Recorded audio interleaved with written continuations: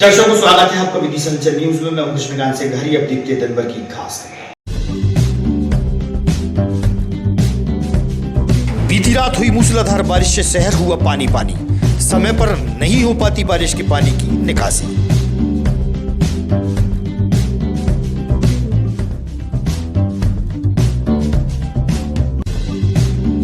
सड़कों पर बढ़ते आवागमन के बीच भारी वाहनों का प्रवेश रहता है जारी, जबकि सड़क पर बैठी रहती हैं गायें।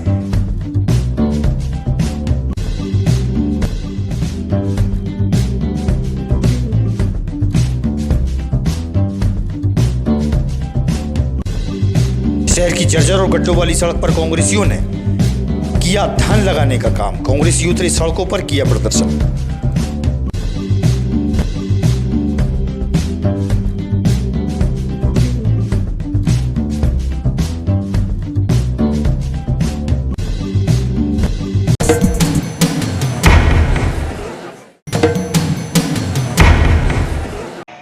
अब खबर विस्तार से। विदिशा में बीती रात हुई झमाझम मूसलाधार बारिश ने शहर के विकास के दावों की पोल खोल दी। शहर की मेन रोड स्थित कई मुख्य रहवास स्थानों पर बारिश के पानी का भराव ऐसा दिखाई दे रहा था मानो नदी का पानी शहर की सड़कों पर आ गया हो। जल भराव की स्थिति बनती देख शहर की आवाम मौन होकर देखती रही।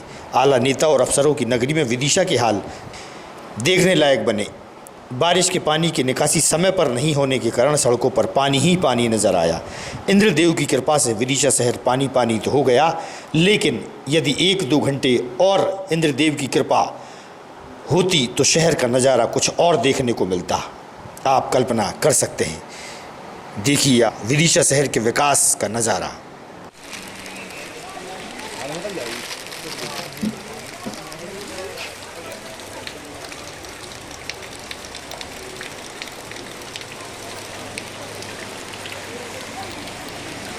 ये साइड मारना जरा।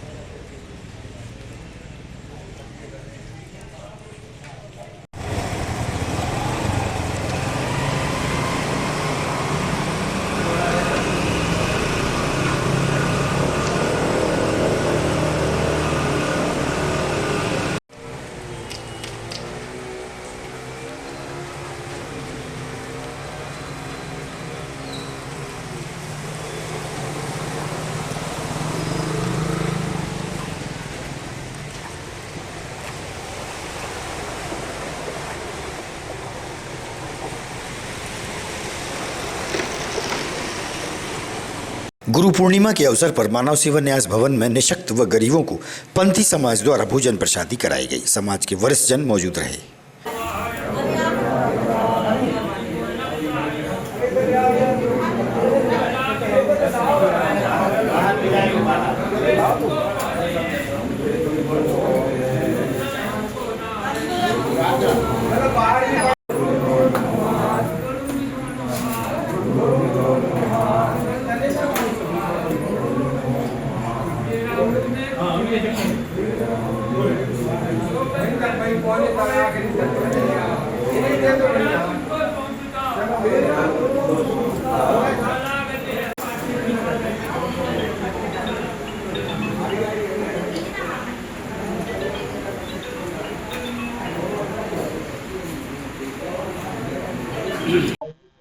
नाम खुमानदास पंथी है। आज गुरु पूर्णिमा की आप सभी लोगों को बधाई हो। और यहाँ पे जो है गुरु पूर्णिमा के उपलक्ष्य में हम लोगों ने सभी समाज बंधुओं ने जो है निशक्त जनों को भोजन कहा। और हमारे मित्र ओम प्रकाश जी का आज जन्मदिन भी है, तो उन्हें भी बहुत बहुत बधाई। और माता बहनों से मैं निवेदन करना चाहता हूँ कि समाज का जो भी कार्यक्रम हो उसमें अधिक से अधिक बढ़ चढ़ के हिस्सा लें। जी आज आपको द्वारा क्या कार्यक्रम हुआ यहाँ पर वृद्धाश्रम है, यहाँ पर मानव सेवा गुरु पूर्णिमा क्या हुआ आज यहाँ पर? भोजन भोजन का। और ये नुक्ति पर किसको दिए आपने? हमने अनीता पंथी को और रुक्मणी पंथी को, अंजू पंथी को। मुख्य चिकित्सा एवं स्वास्थ्य अधिकारी द्वारा कार्यालय में पत्रकार वार्ता का आयोजन किया गया। पत्रकारों की उपस्थिति में स्वास्थ्य संबंधी चर्चाएं की गईं। हॉस्पिटल में 100 जांचों का एक प्राइवेट कराया गया। और सर थोड़ा सा भाषा का इस्तेमाल अच्छा हो जाए, थोड़ा सा तेज बोलने की क्षमता है, एक तरफ पटकना। अभी रात में एक दिन 11 बजे एक डिलीवरी होना थी। टाइम में टाइमिंग को लेके कुछ इशू रहते हैं, सैटरडे और संडे को विशेष तौर से। नहीं, ऐसा तो नहीं आना चाहिए। अब वो तो 24/7 है। कोई भी डॉक्टर अगर कोई छुट्टी में है तो उसके लिए नहीं कह सकता हूँ, बट डॉक्टर्स का जो ड्यूटी का जो रोस्टर रहता है वो 24/7 है और उनको करना पड़ेगी। और कुछ चीज़ें अगर कहीं हो रही हैं तो हो सकता वहाँ के मतलब इंचार्ज के द्वारा नहीं देखा जा रहा है या अन्य किसी के द्वारा नहीं देखा जा रहा, तो वो उस मॉनिटरिंग को, उस सुपरविजन को थोड़ा अच्छा करने की कोशिश करें। सर क्या मानते चले कि एक बार फिर शासकीय सुविधाओं में लोगों को विश्वास पैदा करने में आप करने का काम करेंगे? चिकित्सा सुविधा पर मेरा सोचना तो यही है कि अगर MMR ज़्यादा है तो MMR कम हो। अगर कुछ काम नहीं हो रहा है, संस्थाएं रेगुलरली खुलें, वहाँ चिकित्सक मिलें, वहाँ स्टाफ नर्स अगर काम कर रही है, डिलीवरी करा रही है, तो वो डिलीवरी जो सुरक्षित डिलीवरी का जो उसको जो टारगेट दिया गया या उसकी जो वो दिया गया है, उसको सुरक्षित डिलीवरी कराना उसका काम है और अच्छे से अच्छे कराना। और किसी का ये शिकायत नहीं आना चाहिए कि किसी से पैसे लिए गए, और उनको टाइमली जो गवर्नमेंट की जो स्कीम है उस स्कीम का उन्हें बाकायदा लाभ मिलना चाहिए, चाहे वो GSY हो चाहे वो PSY हो, उसको टाइमली उनको मिलना चाहिए। ओबीसी महासभा के बैनर तले बड़ी संख्या में संघ के पदाधिकारी जिला मुख्यालय पहुंचे। अपनी विभिन्न समस्याओं के चलते जिला प्रशासन को ज्ञापन सौंपा गया।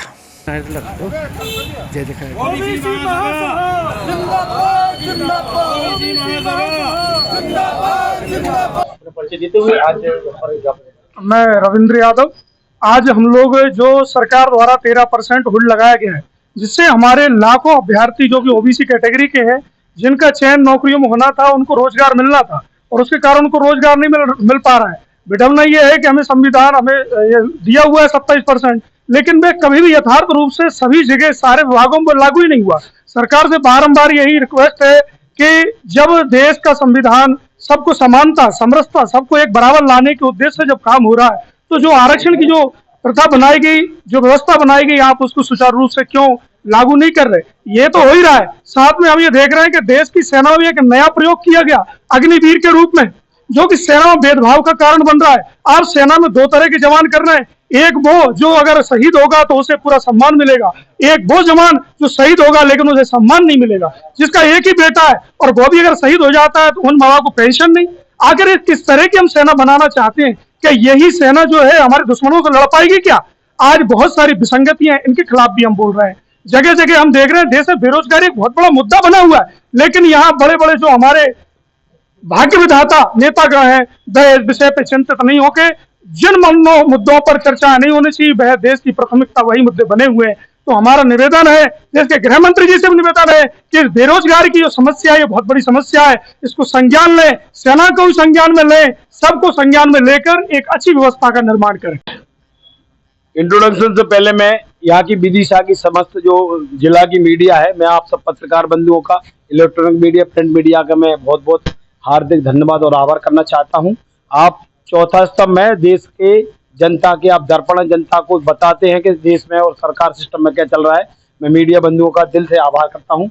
मेरा नाम डॉक्टर ब्रजेंद्र सिंह यादव है। मैं ओबीसी महासभा का राष्ट्रीय महासचिव हूँ और लगभग हम 7 राज्यों में मैं संगठन का प्रभारी भी हूँ और इसी मध्य प्रदेश की धरती में पले बड़े हम। यहाँ से इस मिशन को हम लोगों ने 7 साल पहले चालू किया था और आज इस विदिशा की पावन धरा या सम्राट अशोक की यहाँ पे ससुराल थी और विदिशा का बहुत बड़ा इतिहास है।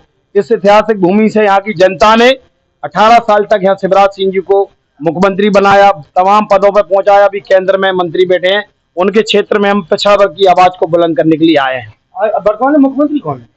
वर्तमान में भी बड़ी विडंबना, आपने बड़ी बात पूछी है। 2003 से लेकर आज तक यहाँ 20 साल से पिछड़ा वर्ग के मध्य प्रदेश मुख्यमंत्री है। वर्तमान में मोहन यादव, उससे पहले शिवराज रहे, उसके पहले बाबूलाल गौर साहब रहे, उसके पहले भारती रही, चारों पिछड़ा वर्ग के नेता। और मध्य प्रदेश में 55% आबादी पिछड़ा वर्ग की और 27% की लड़ाई 1990 से चल रही है। और 10 साल दिग्विजय सिंह की सरकार रही। हाय हाय के नारे लगाए आपने, किसके, कौन से ये मुख्यमंत्री हाय हाय के नारे शिवराज सिंह के खिलाफ भी लगाए और मोहन यादव के खिलाफ भी लगाए। ये दोनों लोग हैं जो अभी एक तो तत्काल यहाँ से मुख्यमंत्री की कुर्सी छोड़कर दिल्ली की कुर्सी पे जाके बैठे हैं, केंद्रीय मंत्री बने। दूसरा मोहन यादव जी प्रदेश के मुख्यमंत्री हैं और अभी हम लोगों ने जबलपुर से ओबीसी महासभा का केस जीते हैं 70% का। उसके बाद सुप्रीम कोर्ट में केस गया, सुप्रीम कोर्ट से ओबीसी महासभा ने पूरा केस फाइनल कराया।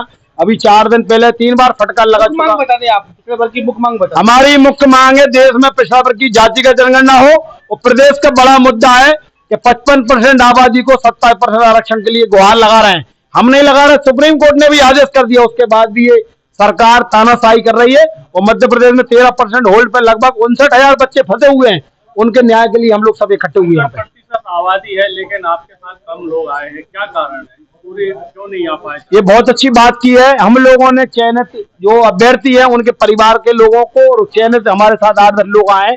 बारिश का मौसम है, नदी बाढ़ का वो कार्यक्रम चल रहा है। 3 दिन पहले हमारा कार्यक्रम बना है। हमारे पास 100-150 लोगों का जो संगठन है वो हम लगे आए हैं। हम लोग अब सरकार को अल्टीमेटम दे रहे, नहीं होगा तो 15 दिन बाद। शहर की सड़कों पर बढ़ते आवागमन के बीच भारी वाहनों का प्रवेश जारी रहता है। वहीं सड़कों पर बड़ी संख्या में मवेशी भी बैठे रहते हैं। ऐसे में घटना दुर्घटना का अंदेशा लगातार बना रहता है। यातायात प्रभारी आशीष राय से इस विषय पर हुई चर्चा। स्थानों पर बड़े वाहन खड़े हुए हैं, गौ माताएं बैठी हैं, इसके लिए अपन क्या प्रयास कर रहे हैं? इसके लिए नगर पालिका से संपर्क करके जो अवैध रूप से काफ़ी लंबे समय से वाहन रोड किनारे खड़े हैं या जर्जर हालत में जो वाहन खड़े हैं उनको हटवाने की कार्रवाई की जाएगी। साथ ही साथ जो आवारा मवेशी और गाय और सांड आपने देखा होगा बाजार में या वहाँ घूमते रहते हैं, तो उनको भी नगर पालिका के सहयोग से हटवाया जाएगा। विदिशा शहर की खस्ताहाल गड्ढों वाली जर्जर सड़क से आवागमन खतरों से भरा रहता है। सड़क पर उभरे बड़े बड़े गड्ढों में कांग्रेस पार्टी के द्वारा धान लगाने का कार्य किया गया। सड़क पर उतरे कांग्रेसियों ने विरोध प्रदर्शन किया। इस मौके पर कांग्रेस जिलाध्यक्ष मोहित रघुवंशी, अरुण अवस्थी, पार्षद आशीष माहेश्वरी सहित अन्य कांग्रेसी मौजूद।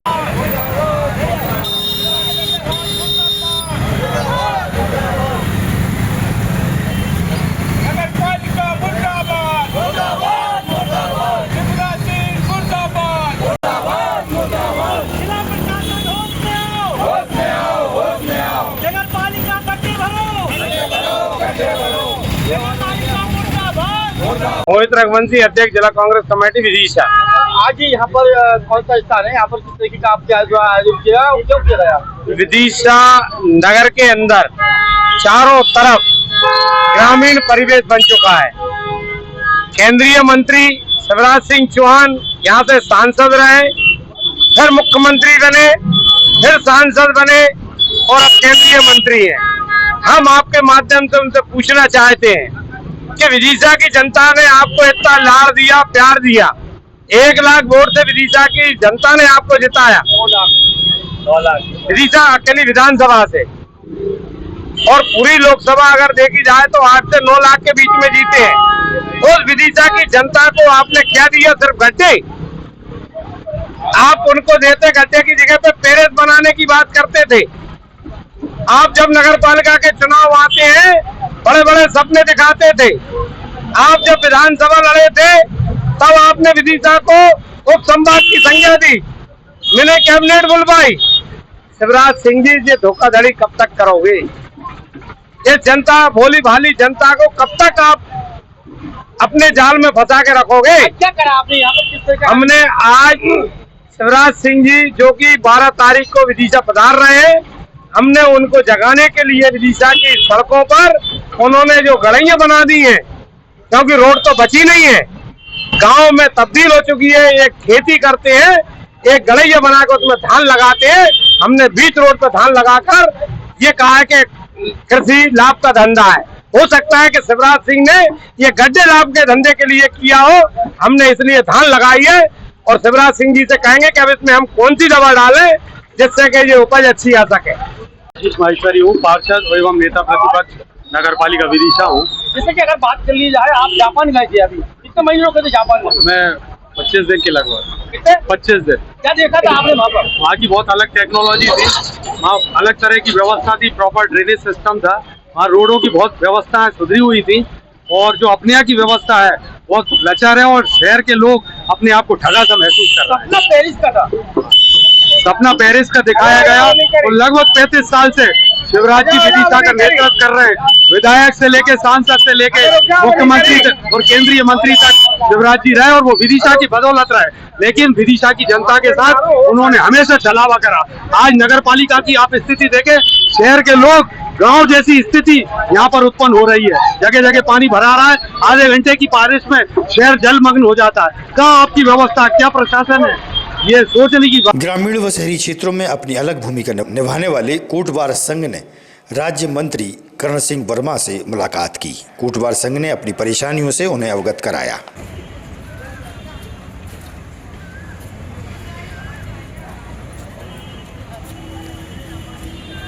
मेरा भगत सिंह परियार। भगत जी कहाँ गए थे आप?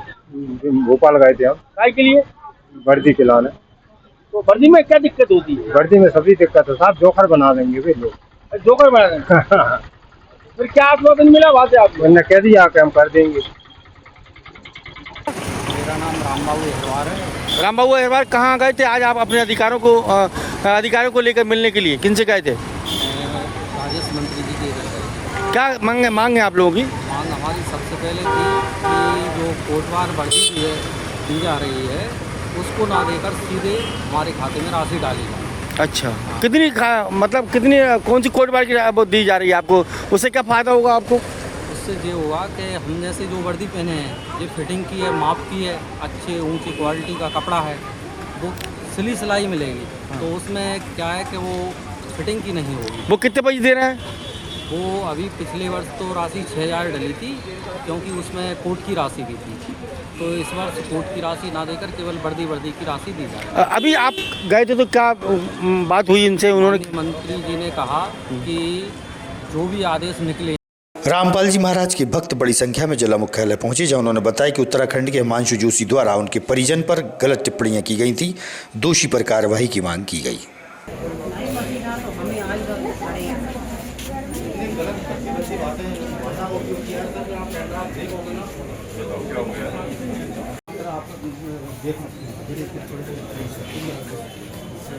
पुस्तकों के विरुद्ध वो आता है, और ये सारी पुस्तकें हमारे 4 उसी के साथ हैं। हम सबसे प्रमाणित मानिए, हमने 3 पुस्तकें यहाँ से आपसे आसपास विषय में आप पढ़िए। सर हम आपके सिवा कहाँ जाएं सर? एक व्यक्ति खुलेआम इतना बड़ा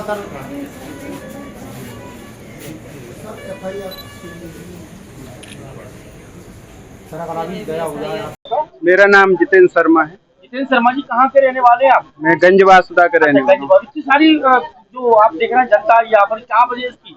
जी सर, संत रामपाल जी महाराज जी के अनुयायी है, और हम लोग केवल एक घर से एक सदस्य भी आए हैं ताकि कानूनी व्यवस्था ना बिगड़े, इसका पालन करते हुए। क्योंकि जो हिमांशु जोशी है, इसने हमारे गुरुदेव संत रामपाल जी महाराज और उनसे जुड़ी हुई बहन बेटियों के खिलाफ बहुत ही गलत भाषा का उपयोग किया है, जो हम लोगों के सहन से बाहर है। इसलिए ये सब बहन बेटियां और हम सब भगत लोग माननीय एसपी साहब के यहाँ क्या चाहते हैं आप? हम लोगों का कार्रवाई के लिए जी एक ही हमारी मांग है, इस पे FIR दर्ज तुरंत कार्रवाई हो, क्योंकि 2 महीने पहले भी हम लोग आए थे, इसमें आगे कोई कार्रवाई नहीं हुई। तो आज हम ये चाहते कि आज तत्काल में हमें कोई कार्रवाई की जाए। 2 महीने पहले आए थे, आज फिर आए, उसके बाद क्या कार्रवाई? अगर आगे कुछ नहीं होगा सर, तो हम लोग मजबूर होंगे आंदोलन के लिए। कोई भी इसमें अगर आगे हमारे भक्तों के साथ कोई जान जोखिम में जाती है, इसकी कार्रवाई पूरा जिम्मेदार शासन प्रशासन रहे। देश के अंदर लगभग कितने अनुयायी हैं? भारत देश में हमारे गुरुदेव संत रामपाल जी महाराज जी के रिकॉर्डेड 11 करोड़ अनुयायी हैं, और सब लोग एक समाज में बिल्कुल सम्मानजनक स्थिति में रहते हैं। सभी अपने कानून का पालन करते हुए जीवन जीते हैं। ज्योति मालवीय। आज किस संबंध में आप यहाँ पर आई हैं? हम सभी संत रामपाल जी महाराज के अनुयायी हैं, और जो उत्तराखंड का हिमांशु जोशी है, उसने हमारे गुरुजी के बारे में, और जो बहनें जुड़ी हैं संत रामपाल जी महाराज से, उनके बारे में उसने बहुत अभद्र टिप्पणी की है, बहुत गंदे शब्द बोले हैं। इसके विषय में हम महोदय जी को, एसपी महोदय जी को और कलेक्टर महोदय जी को एफआईआर के लिए आए हैं और हमें एफआईआर ही चाहिए। आपने पहले 2-1 महीने पहले की बात जी, हमने हमने 6 मई को भी विज्ञापन दिया था, उस पर कोई भी कार्रवाई नहीं की गई और हमें एफआईआर ही चाहिए। तो भारत देश के अंदर रामपाल सतपाल जी महाराज उनके कितने अनुयायी होंगे, कितने भक्त होंगे? हमारे संत रामपाल जी महाराज के अनुयायी 11 करोड़ है। 11 करोड़ जी। तो क्या चाहते हैं आप लोग? हम चाहते हैं कि इस पर कड़ी से कड़ी कार्रवाई हो, यही चाहते हैं हम। गुरु पूर्णिमा का पर्व धर्ममय वातावरण में विदिशा जिले के सिद्ध गुफा गोरामाई मंदिर अहमदपुर में मनाया गया। महंत श्री 108 आनंद भारती जी द्वारा बड़ी संख्या में धर्म प्रेमियों ने उनसे गुरु दीक्षा ली और आशीर्वाद लिया। दूर दराज से बड़ी संख्या में शिष्य पहुंचे थे। वहीं बैरसिया विधायक विष्णु खत्री भी पहुंचे। धूमधाम से हर्षोल्लासपूर्ण वातावरण में गुरु पूर्णिमा का पर्व अपने गुरु के सानिध्य में शिष्यों ने मनाया।